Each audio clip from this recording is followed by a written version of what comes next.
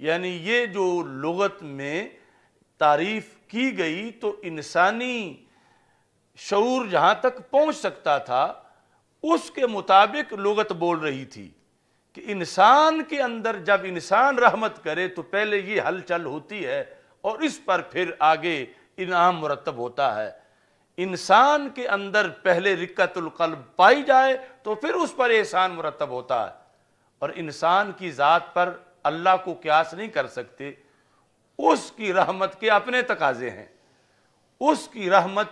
کا اور معاملہ ہے. یعنی وہاں رقت القلب نہ پائی جائے پھر بھی اس کی رحمت حقیقی طور پر ہے،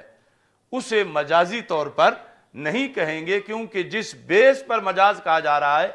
وہ تو رحمت کی تعریف ہے ہی مخلوق کے لحاظ سے، وہ خالق کے لحاظ سے تعریف ہی نہیں ہے. تو اس بنیاد پر تعریف ہم مانیں گے کہ رحمت کا معنی رقت القلب ہے، لیکن اللہ کی رحمت کی یہ تعریف ہم نہیں مانیں گے. اللہ کی رحمت وہ ہے جو اس کے شایان شان ہے، ہم اس پر یقین رکھیں گے کہ یقینی ہے، حقیقت ہے. باقی قیامت کے دن دیدار ہوگا تو پھر تفصیلات بھی پتہ چل جائیں گی. تو ہم آج دنیا میں اللہ کی ذات کے معاملے کو اپنی ذات پر قیاس نہیں کریں گے کہ جیسے ہمارے اندر رقت القلب ہو تو پھر اس پر مرتب ہوتا ہے احسان. اللہ تعالیٰ کی ذات اس سے وراء الورا ہے، لہٰذا وہاں یہ رحمت یقیناً ہے اور حقیقت میں ہے. لیکن اور ادھر یہ تعریف بھی صحیح ہے، مگر یہ تعریف کرنے والوں نے، ایک بندے نے اپنی حالت دیکھ کر اس کے مطابق جو لفظ عرف میں چل رہا تھا وہ بیان کر دیا. یہ اللہ کی ذات کا جو معاملہ ہے اس کا ذکر اس تعریف میں نہیں ہے. اچھا جی، اب یہاں انہوں نے جو یہ بحث ہے آلوسی، امام آلوسی کی، اسی کے مطابق جواب دیا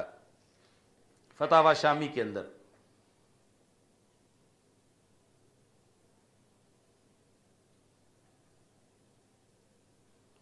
اور اس مجاز جواب میں پھر انہوں نے یعنی آگے اعتراض بھی کیا، صرف ان کی دلیل کا جواب ہی نہیں دیا بلکہ ان کو گھیر بھی لیا ہے جو کہہ رہے تھے کہ رحمت مجاز ہے. تو امام شامی نے کہا یوں تو پھر اللہ کا علم بھی مجازی ماننا پڑے گا، پھر اللہ کی قدرت بھی مجازی ماننی پڑے گی، پھر معاذ اللہ اللہ کا ارادہ بھی مجازی ماننا پڑے گا، تو پھر حقیقت پیچھے رہ کون سی جائے گی. تو کہتے ہیں وَلَا يَلْزَمُ كَوْنُهَا فِي حَقِّهِ تَعَالَى كَذَلِكَ، نہیں لازم آتا کونها، ہا کا مرجع رحمت، کہ رحمت کا ہونا فی حقِّهِ تعالی، اللہ کے حق میں، كَذَلِكَ اسی طرح، کسی طرح یعنی جس طرح بندوں کے اندر ہے رقت القلب، بندوں میں رحمت کا مرتب ہونا رقت قلب پر، اس سے یہ لازم نہیں آتا کہ اللہ میں بھی ایسے ہی ہوتا ہے. وَلَا يَلْزَمُ كَوْنُهَا فِي حَقِّهِ تَعَالَى كَذَلِكَ، یعنی یہ جو تعریف رقت القلب والی ہے یا یہ جو عرض نفسانی ہے یہ بندے میں جس طرح کی ہے اللہ میں ایسے ہی ہو، یہ یہاں سے لازم نہیں آتا. تو مطلب کیا بنا کہ بندے کے اندر رقت القلب پر مرتب ہوگی رحمت، لیکن اللہ کے اندر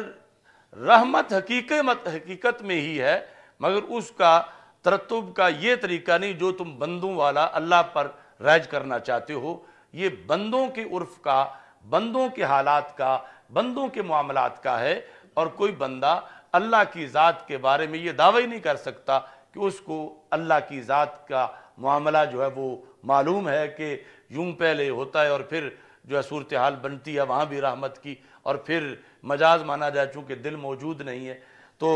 اس پر انہوں نے کہا حتیٰ کذالک، حتیٰ یہ اب تفریح ہے، تو تفریح ہے کہ اگر مانا جائے کہ اللہ میں بھی رحمت رقت قلب پہ مرتب ہوتی ہے تو پھر حتیٰ تکون مجازن، تو پھر تو یہ رحمت اللہ کی مجاز ہوگی. لیکن ہم کہتے ہیں کہ وہاں رقت قلب پہ مرتب نہیں ہوتی تو پھر مجاز نہیں ہے بلکہ حقیقت ہے۔ تو اب رقت القلب پہ مرتب اگر ہو تو مجاز ہے، تو لا یلزم کونہا، اس میں جو منفی ہے اس پر تفریع ہے حتیٰ کی۔ لا یلزم میں ایک نفی ہے اور ایک منفی ہے، یہ تفریع نفی پر نہیں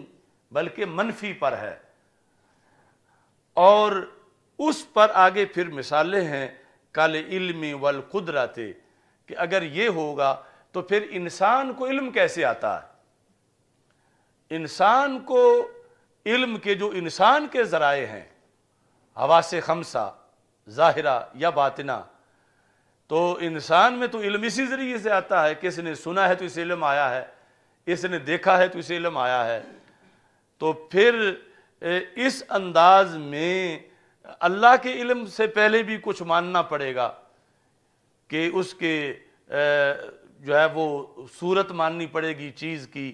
وہ اگر ہو تو علم آئے، وہ ہٹ جائے تو علم نہ آئے۔ اور ایسے ہی یعنی قدرت کے لحاظ سے کہ انسان کو کسی چیز پر جو قدرت حاصل ہوتی ہے پہلے وہ ہو تو پھر قدرت حاصل ہو، پہلے وہ سب کچھ ہو تو ارادہ حاصل ہو۔ تو وہ ساری چیزیں جو انسان میں جن پر ارادہ مرتب ہوتا ہے، جن پر قدرت مرتب ہوتی ہے، جن پر علم مرتب ہوتا ہے، وہ تو انسان کے شایان شان ہیں، اللہ کے شایان شان نہیں ہیں، چونکہ وہ ساری چیزیں حاجت کے زمرہ سے ہیں اور اللہ حاجات سے پاک ہے۔ تو اس بنیاد پر جو دلیل لے کے تم رحمت مجاز لوگے مراد، اس سے تو پھر علم بھی مجاز ماننا پڑے گا، قدرت بھی اللہ کی مجاز ماننی پڑے گی، ارادہ بھی مجاز ماننا پڑے گا۔ جبکہ تم علم مجاز نہیں مانتے، تم قدرت مجاز نہیں مانتے، تم ارادہ مجاز نہیں مانتے، تو پھر اسی پر تمہیں چاہیے کہ تم رحمت بھی مجاز نہ مانو بلکہ رحمت اللہ کی حقیقی طور پر مانو، کیونکہ جس دلیل کی بنیاد پر رحمت تم مجازی مانتے ہو اسی پر پھر تمہیں باقی صفتیں بھی معاذ اللہ مجازی ماننے پڑیں گی، حالانکہ وہ تمہارے نزدیک بھی مجازی نہیں ہیں بلکہ حقیقی ہیں۔ اچھا جی، کالعلم والقدرت والارادت وغیرہ من الصفات معنی حل قائمہ بنا من الاعراض، ان ساری صفتوں میں ہمارے اندر کچھ ایسی چیزیں ہیں اعراض میں سے جو ہمارے ساتھ قائم ہوتی ہیں تو ہمیں پھر علم آتا ہے۔ اعراض یعنی کسی چیز کی صورت جو ذہن میں جاتی ہے، یا یہ جو معنی علم قدرت ارادہ کے جو معنی ہیں وہ قائم ہوتے ہیں ہمارے ساتھ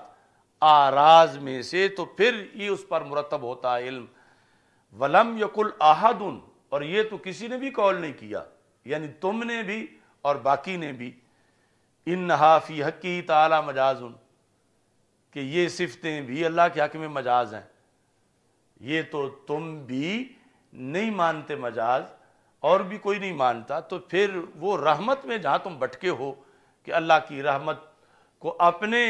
احوال پر قیاس کرتے ہوئے مجاز کہنے لگے ہو، تو اسے بھی حقیقت ماننا چاہیے۔